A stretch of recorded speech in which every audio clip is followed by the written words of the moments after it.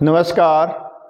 कुछ अलग करना है तो भीड़ से हटकर करें, क्योंकि भीड़ आपको साहस देती है लेकिन पहचान छीन लेती है। आओ इसी पॉजिटिव थॉट के साथ आज के व्याख्यान की शुरुआत करते हैं और आज हम सीखेंगे ज्योग्राफी से संबंधित important MCQ multiple choice questions. इसमें सबसे पहला क्वेश्चन दिया गया है कि नीचे कुछ बारिश यानी वर्षा के टाइप्स और उनके सामने वर्षा का नाम दिया गया है, तो आपने इनकी सही युग्म बनाना है। तो एक तरफ कहता है तेज बौछार वाली वर्षा, दूसरा है तेज हवाओं के साथ वर्षा, तीसरा शांत वर्षा और चौथा है विध्वंसक वर्षा। तो इसमें से देखो, सबसे मैं आपको यहाँ से शुरुआत कराता हूँ। शांत वर्षा को बोलते हैं संवहनीय बारिश, ओरोग्राफिकल रेनफॉल, ये इक्वेटर के आसपास होती है। ठीक है, तो ये हो जाएगा आपका ऑप्शन नंबर 4। ठीक है, यानी तेज हवाओं वाली बारिश है चक्रवातीय बारिश, और तेज हवाओं के साथ बारिश हो जाएगी आपकी मानसून बारिश, और शांत बारिश है संवहनीय बारिश, और विध्वंसक बारिश है पर्वतीय बारिश। ठीक है, तो ये आपका कॉम्बिनेशन रहेगा। नेक्स्ट ऐसा ही क्वेश्चन कह रहा है कि ये कुछ मैच दिए गए हैं जिनको आपने मैच करना है। एक तरफ है सीरीकल्चर, हॉर्टिकल्चर, ओरिकल्चर और एपीकल्चर। तो सीरीकल्चर जो होती है ना, रियरिंग ऑफ सिल्क वर्म है। ए के नीचे आप 3 देखिए, तो ए के नीचे 3 जो है ऑप्शन बी में है, यानी ऑप्शन 2। ठीक है, तो अगर आपको पहले तो एक से ही काम आप करके देखिए, यदि एक में ही मैच होता तो ऑटोमेटिकली आपको ऑलरेडी पता है कि सेरीकल्चर जो होती है रेशम उत्पादन सिल्क वर्म के कारण होता है। तो ये ए के साथ 3 हो गया, तो बी के साथ 1। हॉर्टिकल्चर में फ्रूट्स होते हैं, ओके। और सी जो है आपका ओरिकल्चर हो गया वेजिटेबल से रिलेटेड, और एपीकल्चर हो गया बी रियरिंग यानी मधुमक्खी पालन। तो ये आपका एपीकल्चर है। तो ऐसे क्वेश्चन बहुत बार आपसे पूछे जाते रहे हैं। नेक्स्ट ऐसा ही क्वेश्चन है, इनमें से कौन सा प्लेनेट साइज और शेप के अनुसार पृथ्वी की ट्विंस कहलाता है, पृथ्वी की जुड़वा बहन? तो पृथ्वी की जुड़वा बहन कहलाता है वीनस, यानी शुक्र ग्रह। ये पृथ्वी की जुड़वा बहन कहलाता है। नेक्स्ट इसी प्रकार का कहता है, which one of the following statement is not correct? तो ये कुछ स्टेटमेंट दी गई है। कह रहा है peninsula is the piece of land that surrounded by the water on the 3 side. ये सही है बिल्कुल। ठीक है, सेकंड कहता है the northernmost Himalaya mountain all the called Himadri. ये भी सही है कि जो सबसे हिमालय की जो 3 ब्रांचेज हैं, इन 3 ब्रांच में से ये जो सबसे नॉर्थ में है तो ये वाली हिमाद्री कहलाती, सही है। आगे कह रहा है Sahyadri border the Deccan plateau in the east. ये गलत है। सह्याद्री जो है ये वेस्टर्न घाट का नाम है, और ये ईस्ट की बजाय इसको वेस्ट में होनी चाहिए। यहाँ पर दक्कन प्लेट्यू के वेस्ट में होती है ये, तो ये स्टेटमेंट गलत है। अगला भी पढ़ लेते हैं, the river enter in the see that point is called mouth of the river. ये भी बिल्कुल सही है, तो ये सही है। इनमें से ये स्टेटमेंट गलत है, तो ये नोट करेक्ट पूछा गया। ओके, तो ये आपका आंसर हो जाएगा। देन कहता है कि यहाँ पर कुछ 4 पोर्ट दर्शाए गए हैं अलग अलग, उन पे कुछ मार्किंग की गई है। आपने बताना है कि इनमें से ए कहता है कि कारवाड़ है, बी कह रहा है काकीनाडा है, सी मैंगलोर है, और डी तुतीकोरिन है। अब आपने 1, 2, 3 के साथ मैच करना है। देखो, जो ये यहाँ 2 है, 2 के स्थान पर मैंगलोर पोर्ट है। ए जो है ये यहाँ पर कारवाड़ पोर्ट है, और जो तुतीकोरिन है ये यहाँ पर है 3 के स्थान पर, और जो काकीनाडा बच गया वो यहाँ पर है। अब आप मैच कर लीजिए, ए के साथ 1, ए के साथ 1 है, बी के साथ 4 है, सी के साथ 2 है, और डी के साथ 3 है। तो ऑप्शन ए सही है। तो ऐसे आपने इनको मैच कर लेना है। नेक्स्ट इसी प्रकार से कह रहा है कि गैर कृषि कार्यों में संलग्न जनसंख्या को क्या कहते हैं? गैर कृषि कार्यों में संलग्न जनसंख्या, जो गैर कृषि कार्यों में हो तो इसका मतलब वो कहलाएगी नगरीय जनसंख्या, जहां पर द्वितीयक और तृतीयक क्रियाकलाप होते हैं, गैर कृषि क्रियाकलाप होते हैं। नेक्स्ट इसी प्रकार से कर रहा है, फूलों की कृषि क्या कहलाती है? फूलों की कृषि तो ये कहलाएगी पुष्पोत्पादन, ठीक है, फ्लोरिकल्चर इसको बोला जाता है। नेक्स्ट इसी प्रकार से करा, भरमौर हिमाचल प्रदेश के किस जिले में स्थित एक जनजातीय क्षेत्र है? Bharmour is a tribal area in the Himachal Pradesh, name the district. तो डिस्ट्रिक्ट पूछ रहा है तो वो है चंबा डिस्ट्रिक्ट में। नेक्स्ट कोशिश करिए आप मेरे से पहले बता पाए।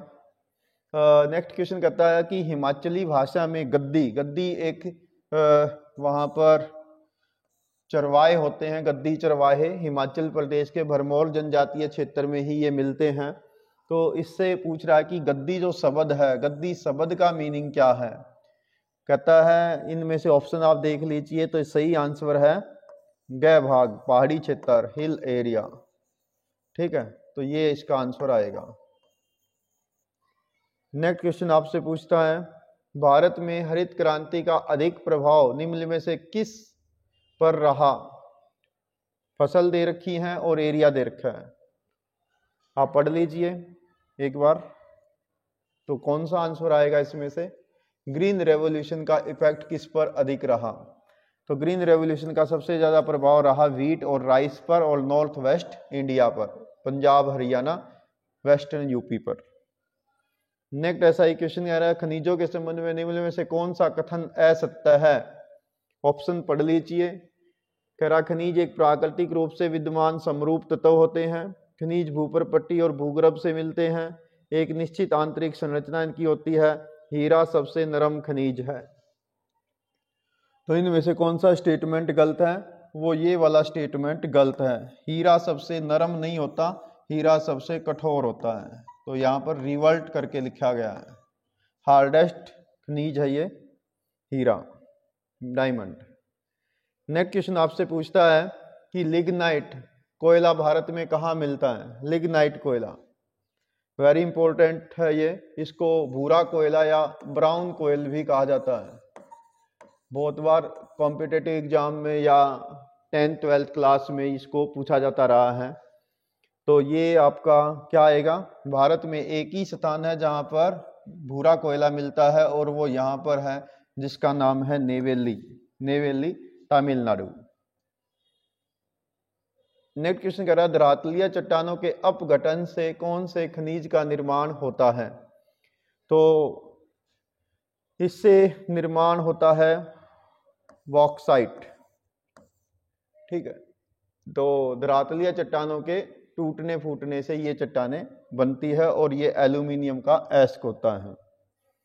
नेक्स्ट कहता है, कुद्रेमुख खान माइन से लोहो एस्क को करदम, करदम मीन्स सलरी, गारा के रूप में या घोल के रूप में किस बंदरगाह पर भेजा जाता है? तो ये आपने बताना है। तो ये कौन सा है? तो ये आप बताएंगे। यहाँ पर है मंगलोर, यहाँ है वेस्टर्न घाट और यहाँ पर है कर्नाटका का कुद्रेमुख। तो यहाँ से यहाँ इसको भेजा जाता है, तो कौन सी बंदरगाह पर ये जाता है? तो ये जाता है मैंगलोर पोर्ट पर। यहाँ मंगलोर पोर्ट है, उसके द्वारा वहाँ पर ये पाइपलाइन के द्वारा भेजा जाता है गारा के रूप में। जो रॉ मटेरियल होता है ना, तो मिट्टी मिक्स होती है उसमें, उसमें बहुत सारा पानी आप मिक्स कर दीजिए तो वो एक घोल के रूप में आगे ट्रांसमिट हो जाएगा पाइपलाइन से। नेक्स्ट ऐसा ही क्वेश्चन है, भारत का सबसे पुराना तेल उत्पादक क्षेत्र कौन सा है? तो देख लीजिए, ये भारत के प्रमुख तेल उत्पादक क्षेत्र हैं जो आपसे पूछे गए हैं। यदि एक रफ डायग्राम बनाए तो यहाँ है आसाम तेल क्षेत्र, यहाँ है खंबात की खाड़ी तेल क्षेत्र, ठीक है, यानी गुजरात तेल क्षेत्र, यहाँ पर है मुंबई हाई तेल क्षेत्र और यहाँ पर है गोदावरी नदी और ये है कृष्णा नदी, इनके बीच में केजी बेसिन है। तो अब आप देख लीजिए कौन सा भारत का सबसे पुराना तेल क्षेत्र है? तो वो है आसाम तेल क्षेत्र। यहाँ पर सबसे पहले डिगबोई, डिगबोई के अंदर तेल मिला था, डिगबॉय, डिग इसके नाम से इसका नाम डिगबॉय रखा गया था, क्योंकि ब्रिटिशर मजदूरों को बॉय कहते थे, ठीक है। तो नेक्स्ट क्वेश्चन देखते हैं, थोरियम के बृहत स्रोत भारत में कहाँ पाए जाते हैं? थोरियम, थोरियम जो है ये एक न्यूक्लियर वो होता है एलिमेंट जिससे न्यूक्लियर एनर्जी बनाई जाती है। तो यहाँ पर कहाँ मिलता है? और वो कह रहा है कि वृहद स्रोत, लार्ज स्केल के सोर्सेज हैं। वैसे तो अगर देखा जाए तो आप ये जो 4 ऑप्शन लिखे गए हैं लगभग चारों स्थानों पर ये पाया जाएगा, लेकिन ये कह रहा है कि सबसे ज्यादा कहाँ मिलता है, तो सबसे ज्यादा केरल के मोनोजाइट रेत, यहाँ है केरल, इस केरल के यहाँ पर बीच पर मिलता है ये, ठीक है, तो मोनोजाइट रेत के अंदर। नेक्स्ट आपसे पूछता है सुजलान पवन ऊर्जा फार्म किस राज्य में है? सुजलान, तो सुजलान जो है आप ये देखिए सारे ऑप्शन, तो सुजलान है कच्छ खाड़ी में, गुजरात के अंदर कच्छ खाड़ी यहाँ पर है। हालांकि पवन पेटी की सबसे बड़ी पेटी तमिलनाडु के नागरकोइल में है, लेकिन ये जो सुजलान पवन फार्म आपसे पूछा गया है ये गुजरात में है। नेक्स्ट आपसे पूछता है बायोगैस या गोबर गैस का मुख्य अवयव क्या है? ठीक है, बायोगैस का आप देख रहे हैं ऑप्शन में प्रोपेन, ब्यूटेन, इथेन, मीथेन, तो इनमें से बायोगैस, बायोगैस गोबर गैस जिसको कहते हैं तो उसका है CH4, ठीक है, CH4 इसको कहा जाता है मीथेन गैस। ये तीनों के तीनों अवयव हैं LPG के। नेक्स्ट क्वेश्चन आपसे पूछता है निम्न में से कौन सी मिट्टी की सबसे व्यापक और सबसे अधिक उत्पादक श्रेणी है? तो इनमें से कौन सी कैटेगरी सबसे ज्यादा एरिया में फैली हुई है और सबसे ज्यादा फर्टाइल है? तो देख लीजिए आप ऑप्शन क्या आएगा, तो इसमें आएगा जलोढ़ मृदा, एलुवियल सॉइल। इसके 2 भाग होते हैं, एक बांगर और एक खद्दर। नेक्स्ट भारत के सिंचित अंचलों में भूमि निम्नलिखित कारणों से खारा हो रही है। अब आप क्वेश्चन पढ़िए, सिंचित, सिंचित का मतलब होता है इरिगेशन, अंचल मीन्स एरिया, सिंचित क्षेत्रों में भूमि किन कारणों से खारा, लवणीय हो रही है, लवणीय, खारा का मतलब यहाँ पर लवणीय है, तो क्या आएगा आंसर? ऑप्शन आपके सामने है, ओके, क्या आएगा सही उत्तर? वो है ऑप्शन सी भाग ग, ओवर इरिगेशन, अति सिंचाई के कारण जमीन की जो गहराई है उसमें से खारापन बाहर आ जाता है और जमीन हमारी लवणीय हो जाती है, जिसके कारण भू निम्नीकरण होता है, उसकी फर्टिलिटी कम हो जाती है। नेक्स्ट कहता है रेगड़ मिट्टी किस मिट्टी का अन्य नाम है? रेगड़, रेगड़ सॉइल, ऑप्शन आपके सामने है, क्या आएगा answer? That is black soil, काली मिट्टी, ब्लैक। ये भारत का हिस्सा है, यहाँ गुजरात के कुछ हिस्सों से लेके और महाराष्ट्र के इस हिस्सों में यहाँ पर ब्लैक सॉइल भारत में मिलती है। इसको बेसाल्ट से बनी होने के कारण इसको लावा सॉइल भी कहते हैं, और इसमें कपास की फसल सबसे ज़्यादा होती है, इसलिए इसे कपास की मिट्टी भी कहते हैं। ठीक है, तो ये एक आपके सामने रफ डायग्राम है जहाँ पर ये मिट्टी मिलती है। नेक्स्ट कहता है निम्न में से कौन सा एक मृदा निर्माण को प्रभावित करने वाला कारक है जबकि वह मृदा निर्माण को प्रभावित करने वाला तत्व नहीं है? कह रहा है निम्न में से कौन सा एक मृदा निर्माण को प्रभावित करने वाला कारक है, ओके, जबकि वो मृदा निर्माण को प्रभावित करने वाला तत्व नहीं है। जल, वायु, ह्यूमस, खनिज और टाइम, मृदा निर्माण को प्रभावित करने वाला कारक फैक्टर तो है, खनिज के कण होते हैं, ह्यूमस होते हैं, जल और वायु ये भी दोनों होते हैं, तो इसमें से मेरे हिसाब से तो टाइम आना चाहिए। ठीक है, टाइम भी इफेक्ट करेगा, या तो इसका आंसर टाइम है या फिर आप जल और वायु कह सकते हैं। मेरे हिसाब से तो टाइम इसमें आएगा, घटक नहीं है ये, ठीक है, तो टाइम आएगा। कौन सी मिट्टी का निर्माण होता है? नदियों के द्वारा जो जमाव होता है जिसको हम बोलते हैं सिल्ट, तो इसके द्वारा कौन सी मिट्टी बनेगी इनमें से? तो वो बनेगी जलोढ़ मृदा। जलोढ़ मृदा का दूसरा नाम होता है अलुवियल सॉइल, अन्य नाम होता है कांप मृदा, तो ये इसका आंसर हो जाएगा।